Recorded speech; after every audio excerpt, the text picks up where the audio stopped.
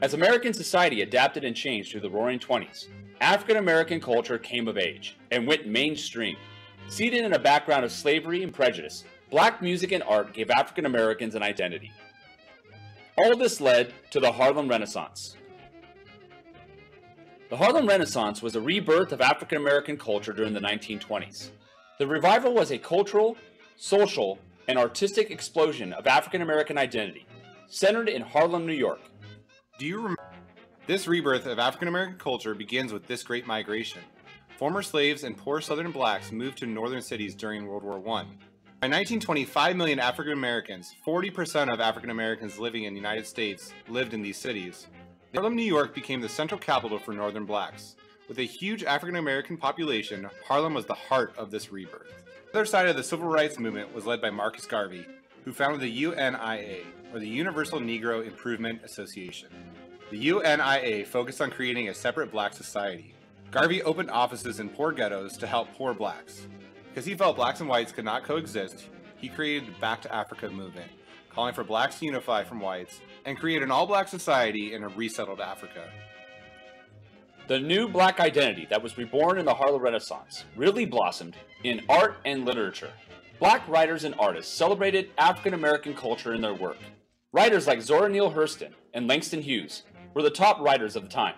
But most of all, the Harlem Renaissance gave birth to the American art form, jazz. African American artists such as Duke Ellington, Bessie Smith, and Louis Armstrong became the stars of the movement. These artists performed soulful songs about black life in clubs and gin joints. This movement became so popular that it began to break down racial barriers. White Americans flocked to black nightclubs to hear the new musical sensation jazz. The best example of this is New York City's Cotton Club. The Cotton Club was a whites-only establishment, even though it featured many of the most popular black entertainers of the era.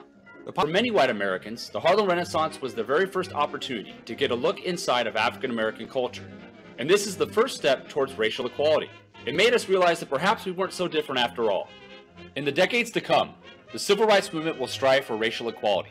But the Harlem Renaissance was the first step in that journey.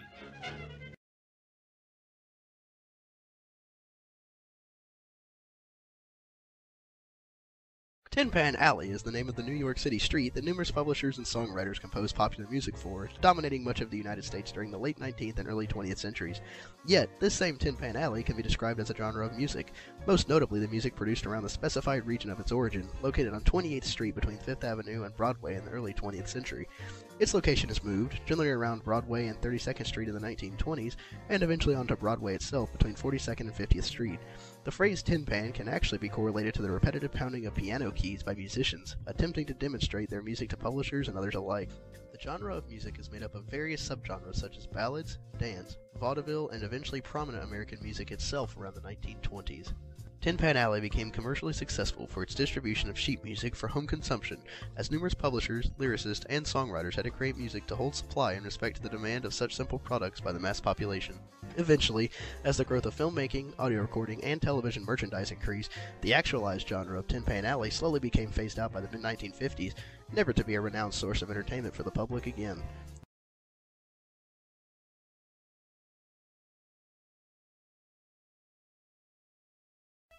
Tennessee passed the Butler Act in 1925.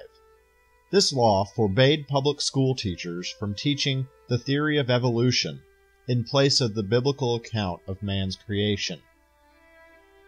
The American Civil Liberties Union felt that this law was in violation of the United States Constitution. John T. Scopes was a football coach at Ray County High School in Dayton, Tennessee. While substituting for the biology teacher, he taught the chapter of the textbook which included the theory of evolution. He was officially charged with violating the Butler Act on May 5, 1925. When the case went to trial, both sides brought in prominent and well-known attorneys to argue their side of the case. The prosecution was represented by former Secretary of State and three-time presidential candidate William Jennings Bryan. Meanwhile, Scopes was defended by Clarence Darrow, one of the most well-known lawyers of the 1920s. The Scopes trial had several different ramifications. The trial had an immediate impact on public school classrooms. Throughout the 1920s and 30s, biology textbooks eliminated references to evolution in an attempt to avoid controversy. Additionally, the trial highlighted the growing religious fundamentalist movement in America, as well as the changing American culture.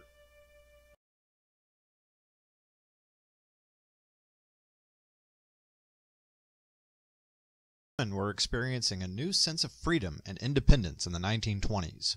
Women had gained the right to vote in 1920 with the passage of the 19th Amendment to the U.S. Constitution. This amendment seemed to usher in the new decade, an era in which a new breed of liberated, modern woman became one of the most celebrated icons of the time. The new woman became known as a flapper. Flappers were young women who abandoned the traditional Victorian-era values of their parents and grandparents. However, being a flapper was more than just a choice of clothing and jewelry. It was a way of life.